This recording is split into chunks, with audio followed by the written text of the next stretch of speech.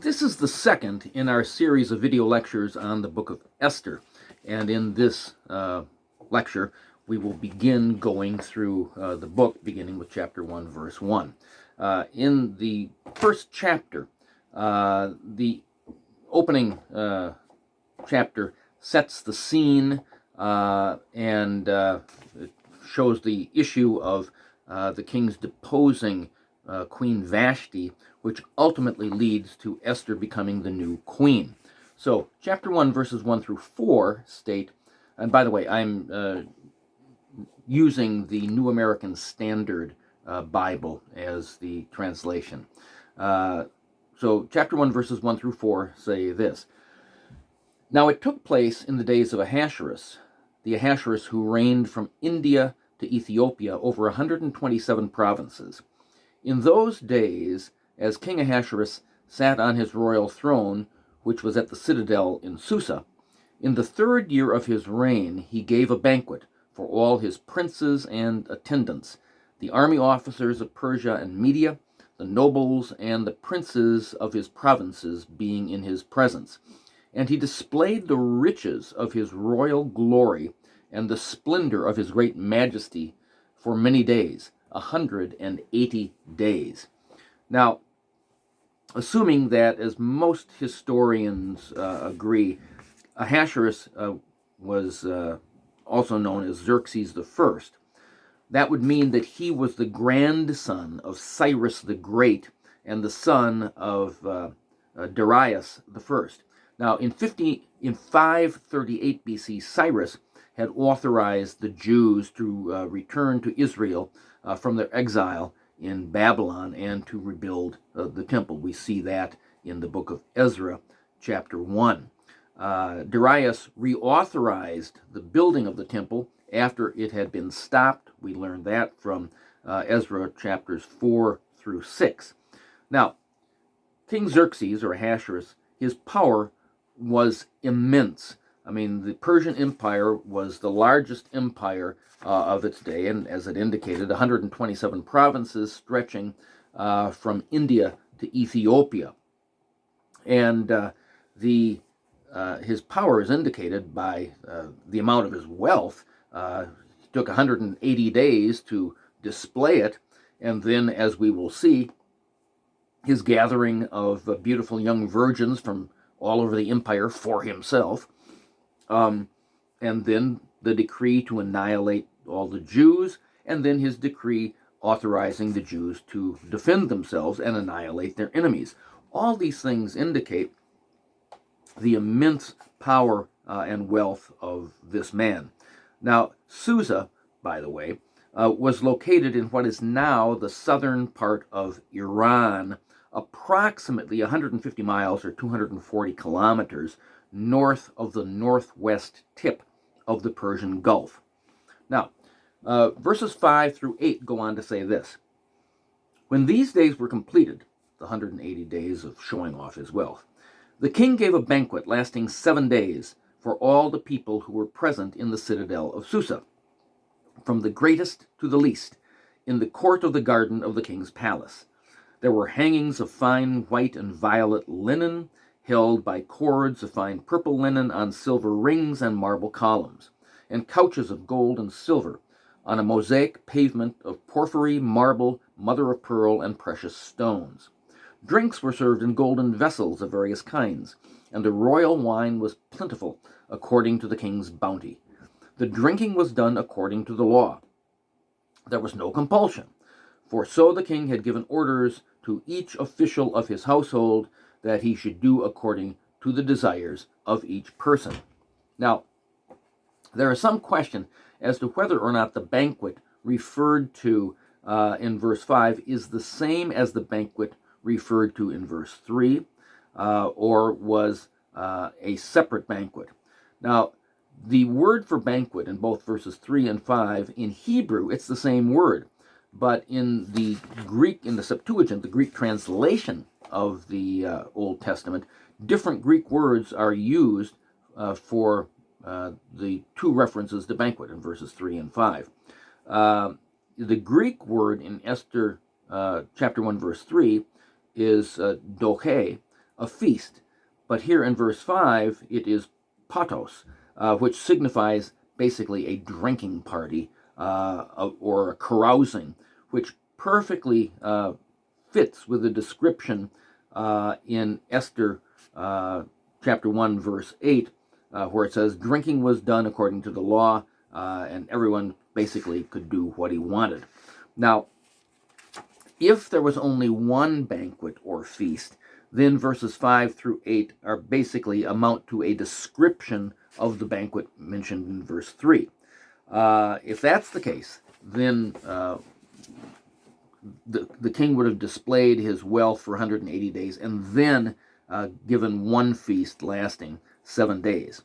On the other hand, verse 3 indicates that the first banquet was for government officials and army officers, whereas verse 5 indicates that the banquet was for the people of Susa, from the greatest to the least.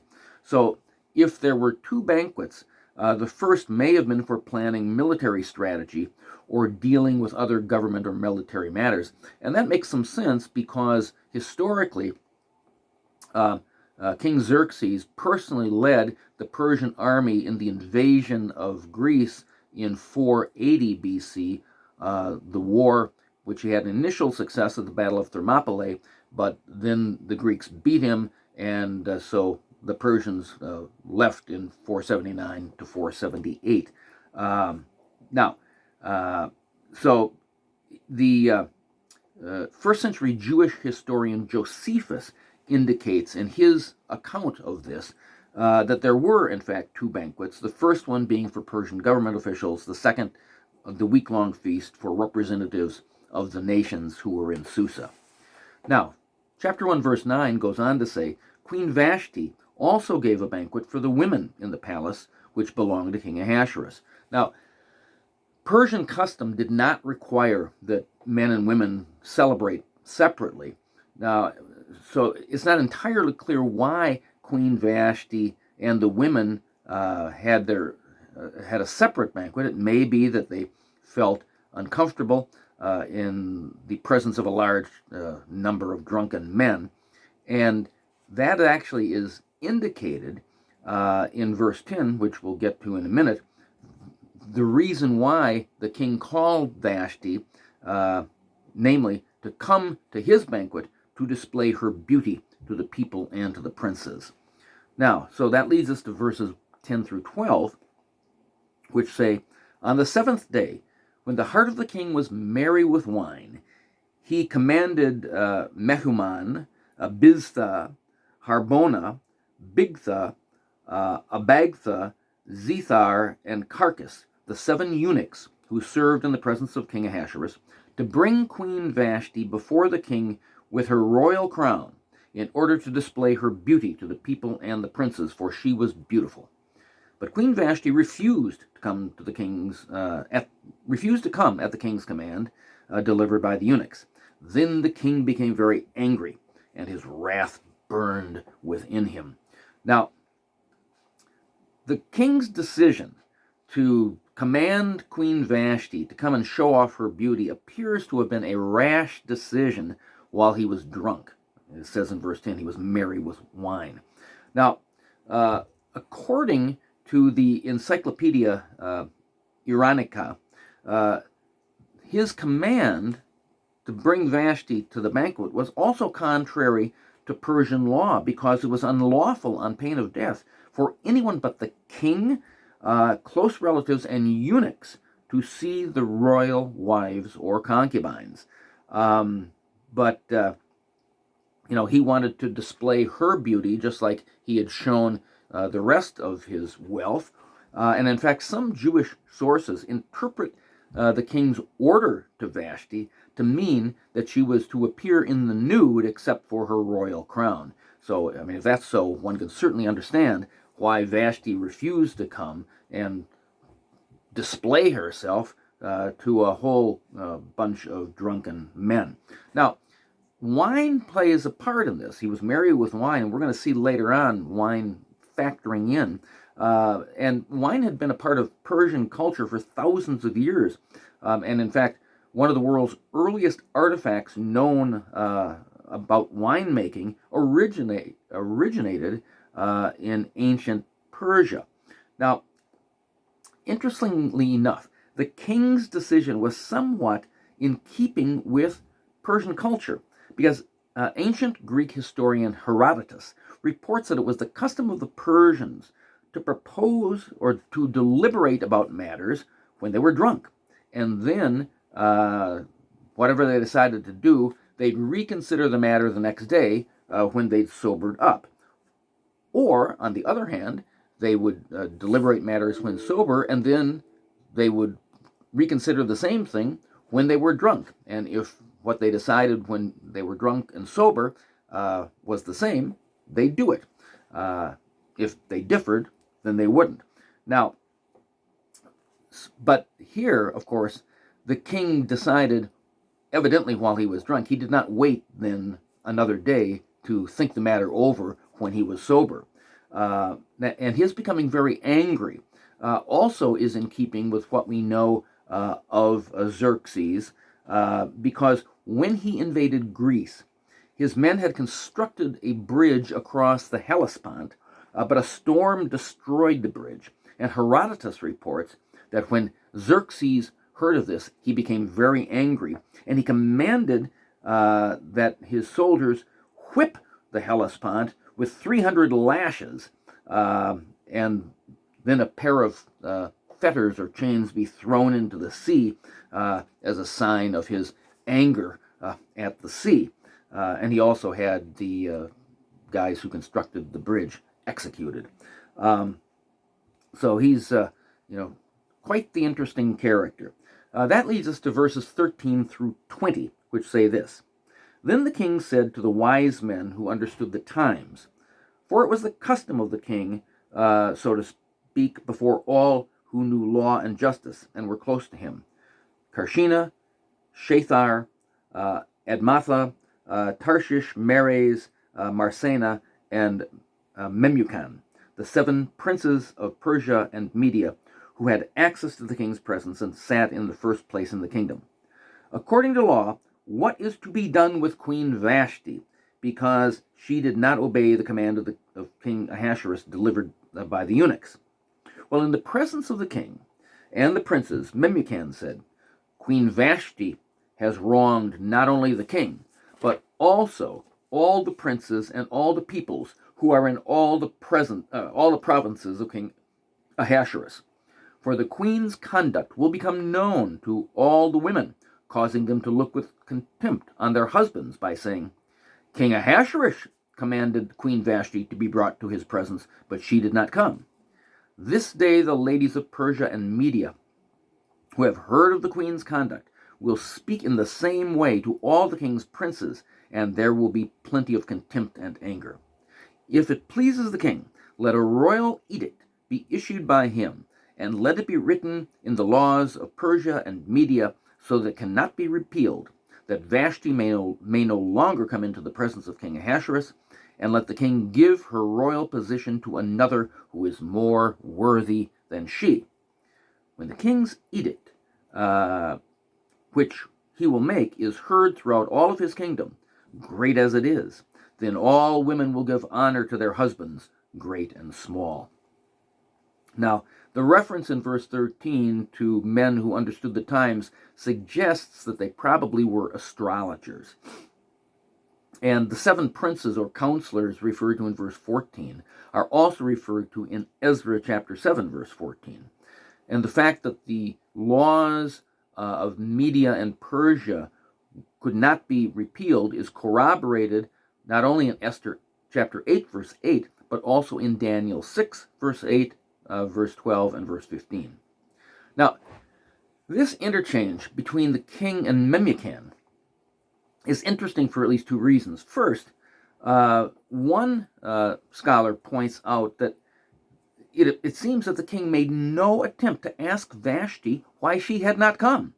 And now this suggests a certain arrogance on his part, and we've already seen that in his rash decision and his having the Hellespont whipped and so on when the bridge was destroyed.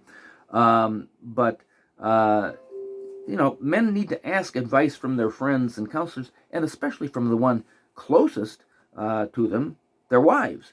But so, it may well be, as I think makes sense, that she didn't want to display herself to a bunch of drunken men. So, I mean, she had a legitimate reason for not appearing, but the king never asked her and never found out.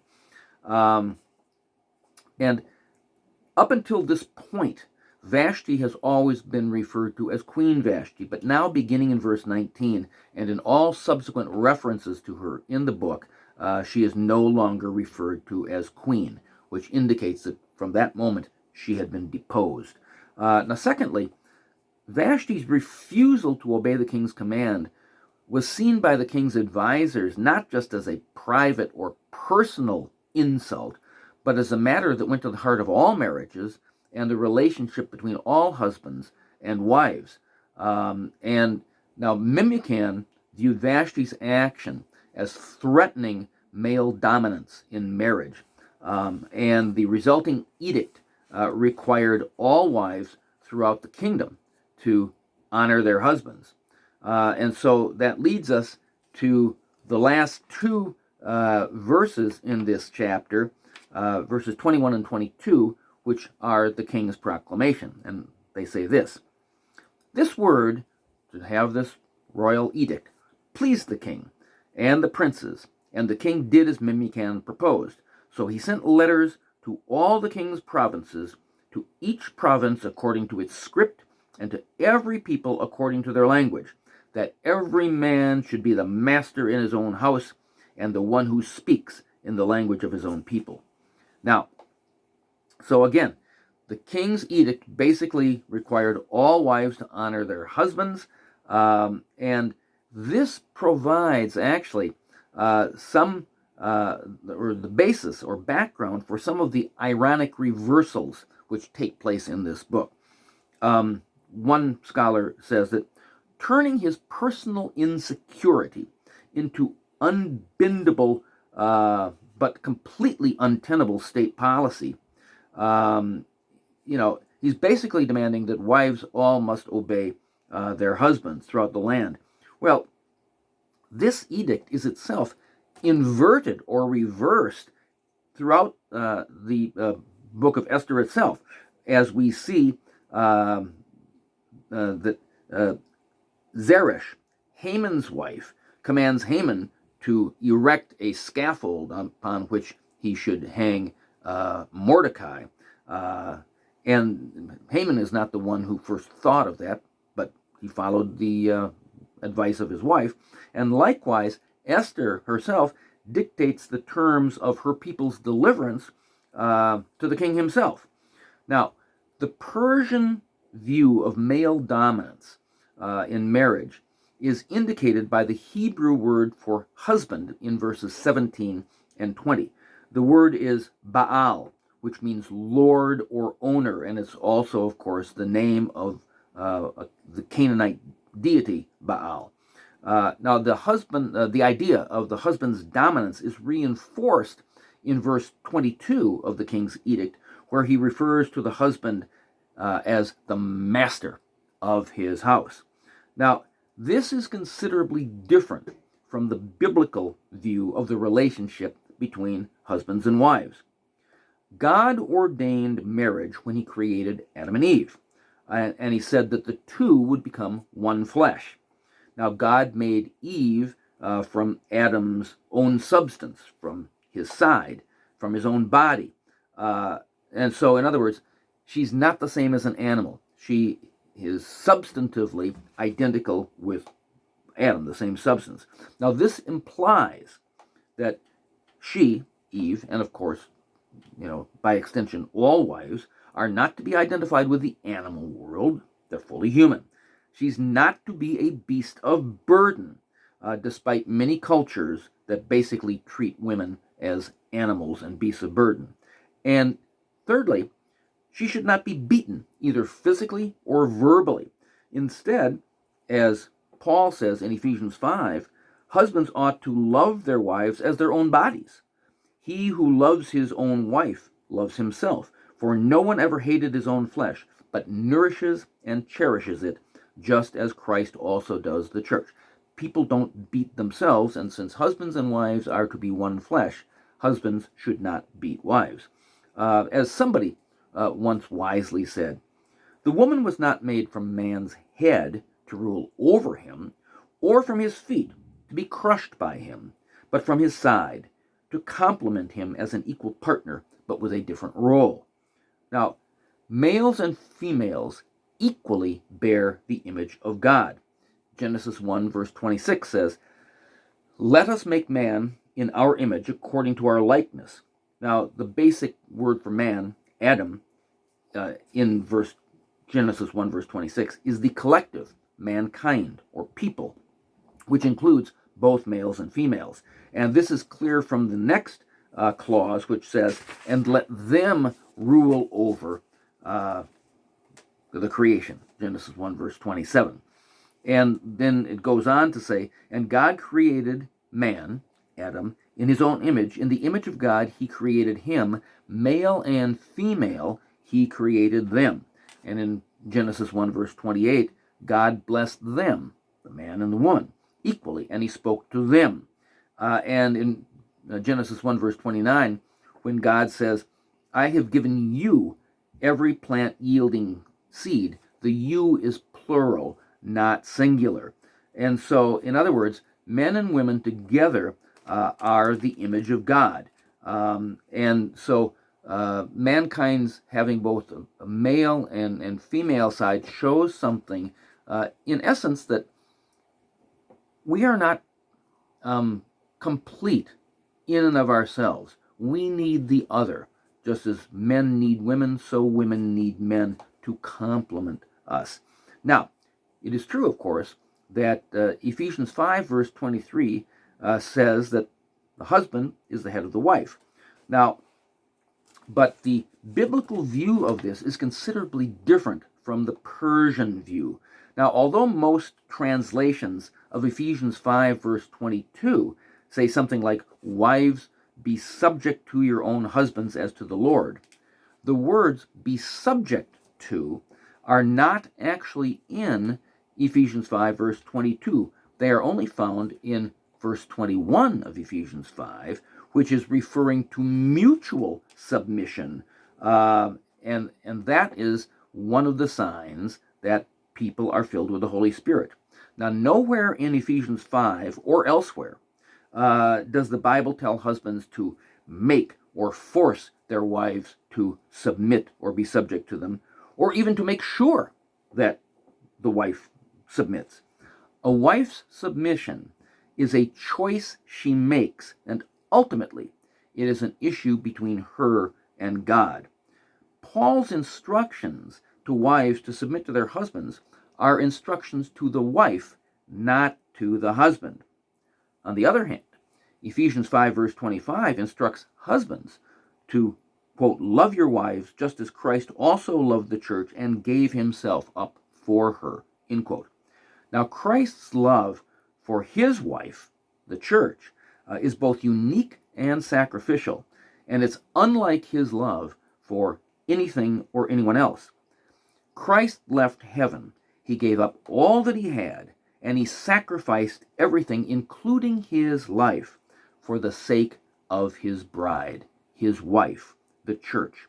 In short, he, as the bridegroom, as the husband, put her interest and well-being over his own. Christ's actions towards us and his relationship with us, and the biblical commands for husbands to treat their own wives the way Christ treats the church, are virtually the exact opposite of the Persian view of a husband's dominance over his wife. We talk much more about the roles of husbands and wives and males and females in our Ecclesia book on biblical marriage and parenting. And by the way, all of our books are on the Ecclesia courses and resources page of the Ecclesia website, which is www.eclea.net. So if you're interested in that subject, go take a look at our book on biblical marriage and parenting. But let me conclude this lecture by pointing out this. I mentioned in the introduction that there are a few veiled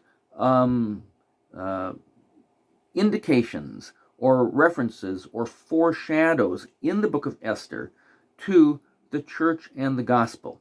And this whole issue of the Persian view of marriage and male dominance is one of those veiled foreshadows.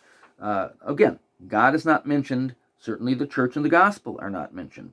But this veiled foreshadow is the negative side. When we look at what the Bible says should be the Christian view of marriage and the relationship between husbands and wives, we see a considerably different picture than this Persian view as indicated in Esther chapter 1. Now, we'll be going on in the next lecture. We'll be talking about Esther chapter 2. And in chapter 2, it will introduce us to the main characters of Mordecai and Esther, and we will see how Esther becomes the new queen.